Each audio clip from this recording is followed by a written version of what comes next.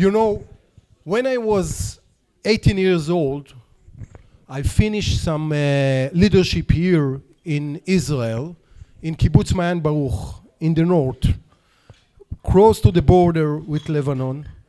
And I was 18 years old, and we organized some few friends to do the national trail of Israel. You know, to cross all the country from the north until Eilat. And we organized the guys and the girls, and we start to walk, you know, with big packs on our back and with happiness and song in our heart. And we walk, and after 10 days, we reach the Sea of Galilee area. And then Arik Sharon went up to the Temple Mount, okay? And, you know, the Intifada break out. And all our families and the parents, you know, call us. You have to back home now immediately and give up on the dream now to cross the country from the north to the south and not to do the national trail of Israel, the Shvil Israel it's called. And, you know, I remember that I took my old giant cell phone, if you remember Mango. It's a big Motorola. So I took it and called to my mom and I tell her, listen, I know that you are Iron Lady, but I'm not going to come back home. This is my land. I'm going to continue to walk and to cross my land, okay? And I continue another 10 days alone. And after 10 days, each one of my friends joined me in shifts until we reach Eilat after 38 days, okay? 2 weeks after, I draft to the army and I joined the special unit undercover Duvdevan. And it was difficult training for me. And after a year and a half, we finished the part of the training. And a week after, it was happened the Passover,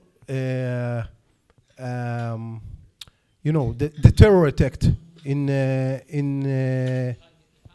Netanya. Yeah, great, thank you. In the Park Hotel in Netanya, it's happened, and we called back immediately to the unit, okay, to come back immediately. And we are a young team of fighters, and I became the radio operator of the commander of the unit. And our first mission was the Mukata, where Arafat located. And I will tell you now, it's not published in the media. We can talk about it now, but it's not published in the media on the real time. The main purpose, the main goal that we got is to kidnap Arafat, to put him in some helicopter, okay, and to take him out from Israel, to remove him to other land, okay, to correct the mistake, okay, between you and me. And so I remember the moment that the chief of staff called me on the radio and give us the approval, the green light to get into the Mukata. It's a big complex with few floors, and we get in and we fight face-to-face combat with a lot of terrorists that defend Arafat. We surprise them, and we clear the building from room to room, from office to office. A lot of terrorists with a lot of weapons, but we win. And I found myself, after a lot of hours of fighting, I found myself next to the office of Arafat, waiting there in his closet room with a lot of his closet and kafias. And I stay there, and we wait now for the order from the government and from the cabinet and from USA government to get the approval now to get in and to take Arafat and to put him in the helicopter like the plan. This order never come, and we move on, and other unit replace us. In 2006, when the Lebanon War II were broke out, I was appointed to be the commander of one of the unique brigade in the IDF. It's a mobile headquarters.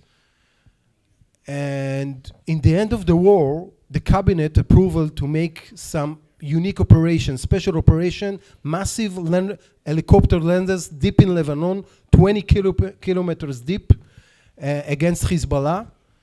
And I remember that we are the second helicopter to land. And I remember the tense. I was with 34 of my soldiers on the Yasur helicopter. And I remember the tense that we feel like it was yesterday. And after we landed deep in Lebanon, 20 kilometers inside in Lebanon, we landed. And then I put all my soldiers together. I take him 100 meters from the spot, the land spot. And then I saw the first helicopter that landed return south back to Israel, okay?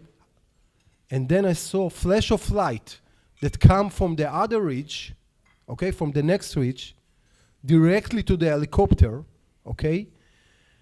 And it was a current missile of Hezbollah that came directly and exploded the helicopter in the middle, and unfortunately, all the crew there died immediately, all the crew members there.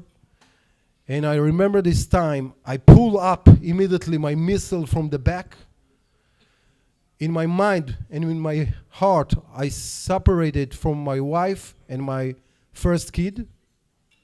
And I told to all my soldiers and all my officers, be ready. We are in a big ambush of Hezbollah. And we open a strong fire to the next ridge.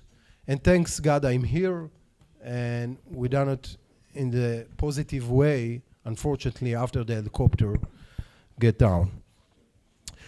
You know that it was a big mistake to take Arafat in 94 and to bring him to Eretz Israel, okay, to the backyard of Israel, okay, and to try to do with him a peace process, okay. It was a big mistake that a lot of us pay a big price on that. And another big historic mistake, it's in 2000 when the Prime Minister Ehud Barak had a decision to get out from Lebanon, okay, without responsibility to leave there a buffer zone that defend on Israel. And now on this time, we are trying to correct it, okay? And you know, there is a common between all the stories that I mentioned. The common is to believe and on the justice of our pet. The common is to love our land. The common is to understand that the only land, the only piece of land that we have in all the world that really belong to us, it's Eretz Israel. And we are in Eretz Israel from the power of the rights, like Menachem Begin said, okay? And we need to be very clear and very strong with it. Because I for sure that if Ehud Barak and Yitzhak Rabin will come with this attitude, with this perspective and point of view, they will not do the Oslo agreement. They will not take our soldiers, take out from Lebanon in this way, unresponsibility way. And the other common is the land. You know, when you are fighting against the radical Islam, especially in the Middle East, first, if you take a land from them, it's smart, it's professional. Why? Because you create a buffer zone. Israel is a small land. You have to maneuver with another buffer zone that you don't get another October 7, And but more than this, it's a deeply perception. When you deal with the radical Islam enemy, they have to feel that they do deal with someone serious, with someone strong, with someone Meshigene in the Middle East. This is the language that they understand, okay? And only if you take from them land, they understand that we can beat them. This is the only way that they feel that they can lose. And we have to do this. We have to understand our land is our foundation for us and against our enemies. Thank you very much.